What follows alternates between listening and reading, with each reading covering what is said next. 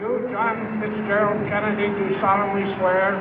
I, John Fitzgerald Kennedy, do solemnly swear. That you will faithfully execute the office of President of the United States. That I will faithfully execute the office of President of the United States. And will, to the best of your ability.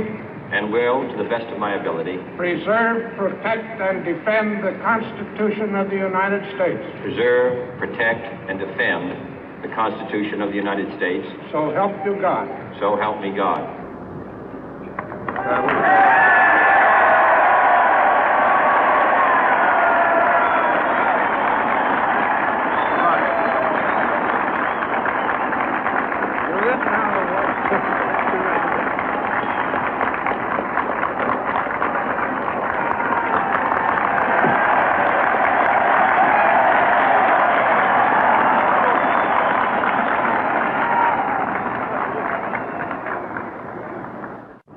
Vice President Johnson, Mr. Speaker, Mr. Chief Justice, President Eisenhower, Vice President Nixon, President Truman, Reverend clergy, fellow citizens.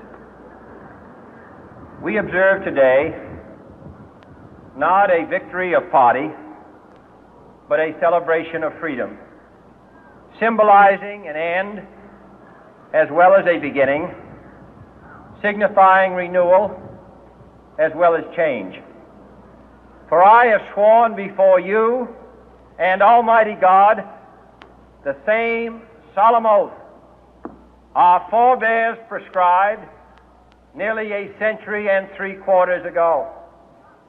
The world is very different now, for man holds in his mortal hands the power to abolish all forms of human poverty and all forms of human life. And yet the same revolutionary beliefs for which our forebears fought are still at issue around the globe. The belief that the rights of man come not from the generosity of the state, but from the hand of God. We dare not forget today that we are the heirs of that first revolution. Let the word go forth from this time and place to friend and foe alike that the torch has been passed to a new generation of Americans born in this century, tempered by war, disciplined by a hard and bitter peace, proud of our ancient heritage, and unwilling to witness or permit the slow undoing of those human rights to which this nation has always been committed and to which we are committed today at home and around the world.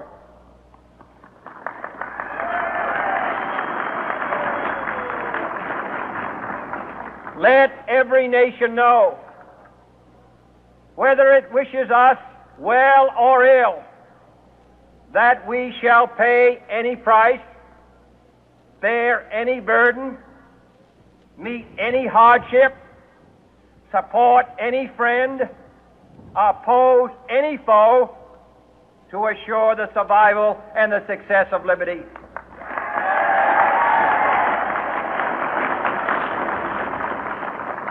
This much we pledge and more. To those old allies whose cultural and spiritual origins we share, we pledge the loyalty of faithful friends. United, there is little we cannot do in a host of cooperative ventures. Divided, there is little we can do, for we dare not meet a powerful challenge at odds and split asunder. To those new states whom we welcome to the ranks of the free, we pledge our word that one form of colonial control shall not have passed away merely to be replaced by a far more iron tyranny. We shall not always expect to find them supporting our view, but we shall always hope to find them strongly supporting their own freedom, and to remember that in the past, those who foolishly sought power by riding the back of the tiger ended up inside.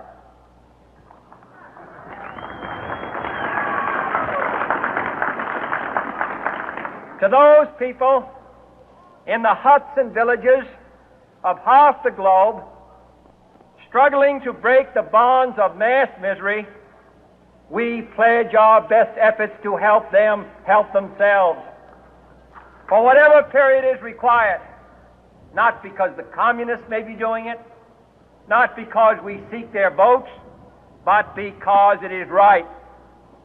If a free society cannot help the many who are poor, it cannot save the few who are rich.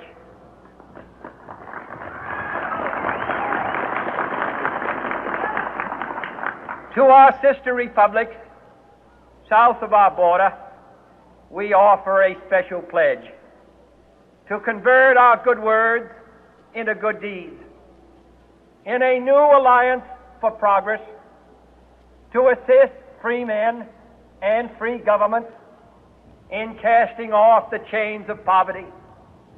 But this peaceful revolution of hope cannot become the prey of hostile powers. Let all our neighbors know that we shall join with them to oppose aggression or subversion anywhere in the Americas. And let every other power know that this hemisphere intends to remain the master of its own house.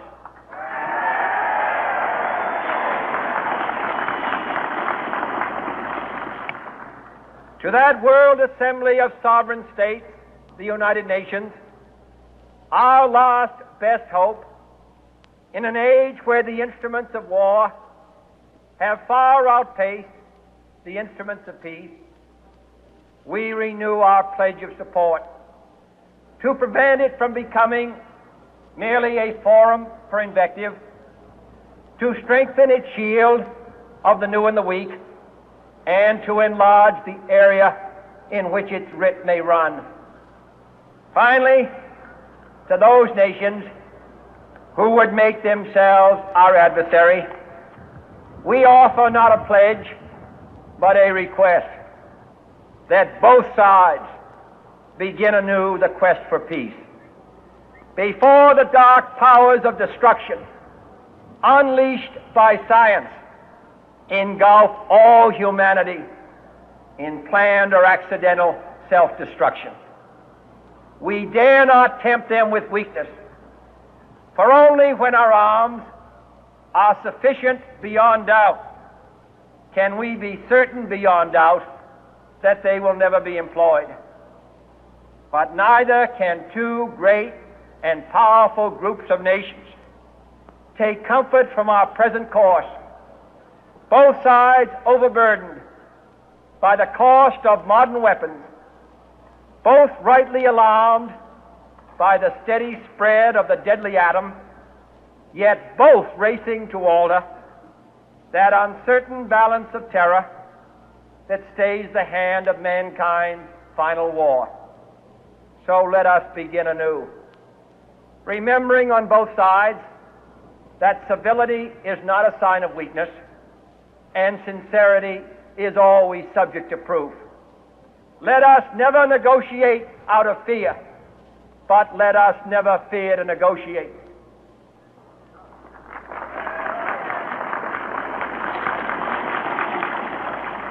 Let both sides explore what problems unite us, instead of belaboring those problems which divide us. Let both sides, for the first time, formulate serious and precise proposals for the inspection and control of arms, and bring the absolute power to destroy other nations under the absolute control of all nations.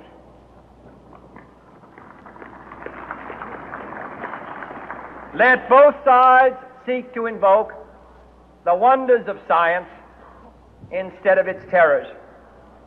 Together, let us explore the stars, conquer the deserts, eradicate disease, tap the ocean depth, and encourage the arts and commerce. Let both sides unite to heed in all corners of the earth the command of Isaiah to undo the heavy burden and let the oppressed go free.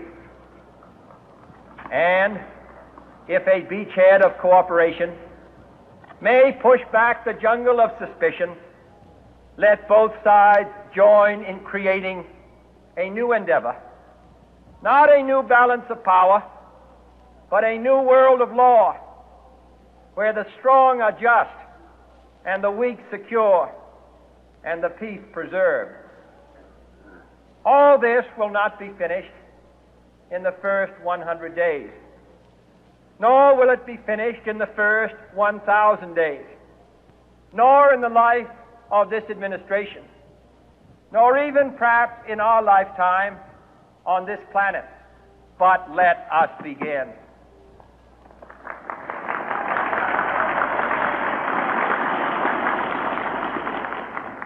In your hands, my fellow citizens, more than mine, will rest the final success or failure of our course. Since this country was founded, each generation of Americans has been summoned to give testimony to its national loyalty. The graves of young Americans who answered the call to service surround the globe.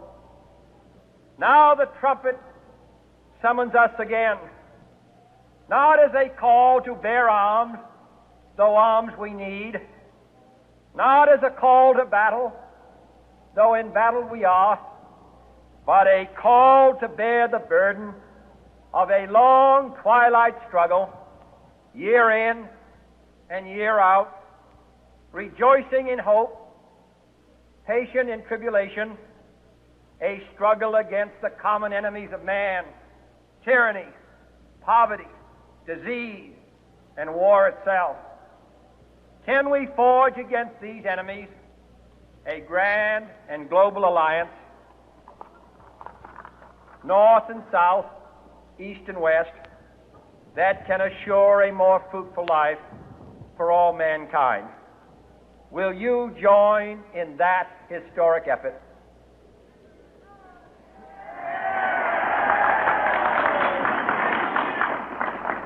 In the long history of the world, only a few generations have been granted the role of defending freedom in its hour of maximum danger. I do not shrink from this responsibility. I welcome it.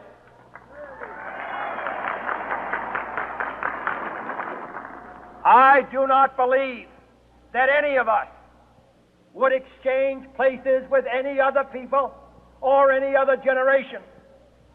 The energy, the faith, the devotion which we bring to this endeavor will light our country and all who serve it.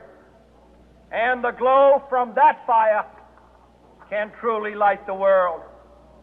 And so, my fellow Americans, ask not what your country can do for you, ask what you can do for your country.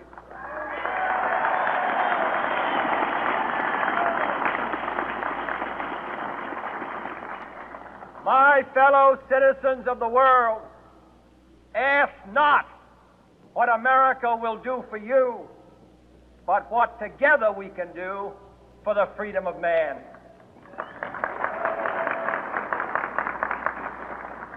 Finally, whether you are citizens of America or citizens of the world, ask of us here the same high standards of strength and sacrifice which we ask of you.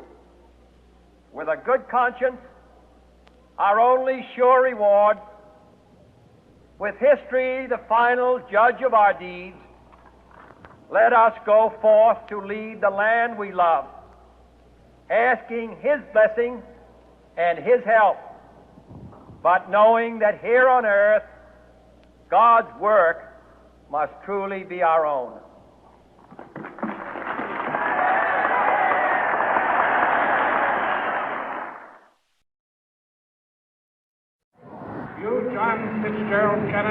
solemnly swear I, John Fitzgerald Kennedy, do solemnly swear that you will faithfully execute the office of President of the United States that I will faithfully execute the office of President of the United States and will, to the best of your ability, and will, to the best of my ability, preserve, protect, and defend the Constitution of the United States. preserve, protect, and defend the Constitution of the United States. So help you God. So help me God.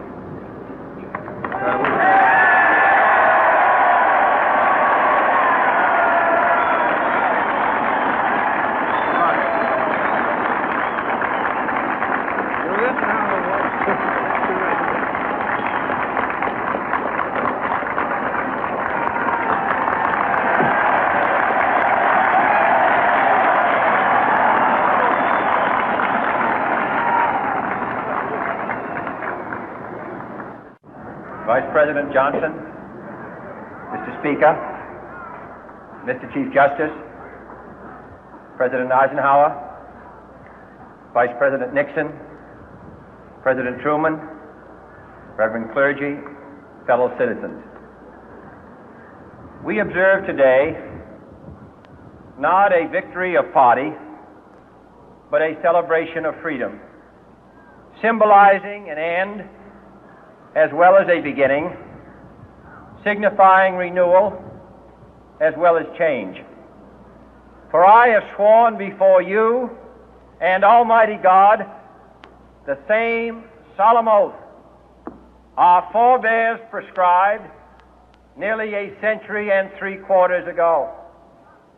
The world is very different now, for man holds in his mortal hands the power to abolish all forms of human poverty and all forms of human life. And yet the same revolutionary beliefs for which our forebears fought are still at issue around the globe. The belief that the rights of man come not from the generosity of the state, but from the hand of God. We dare not forget today that we are the heirs of that first revolution.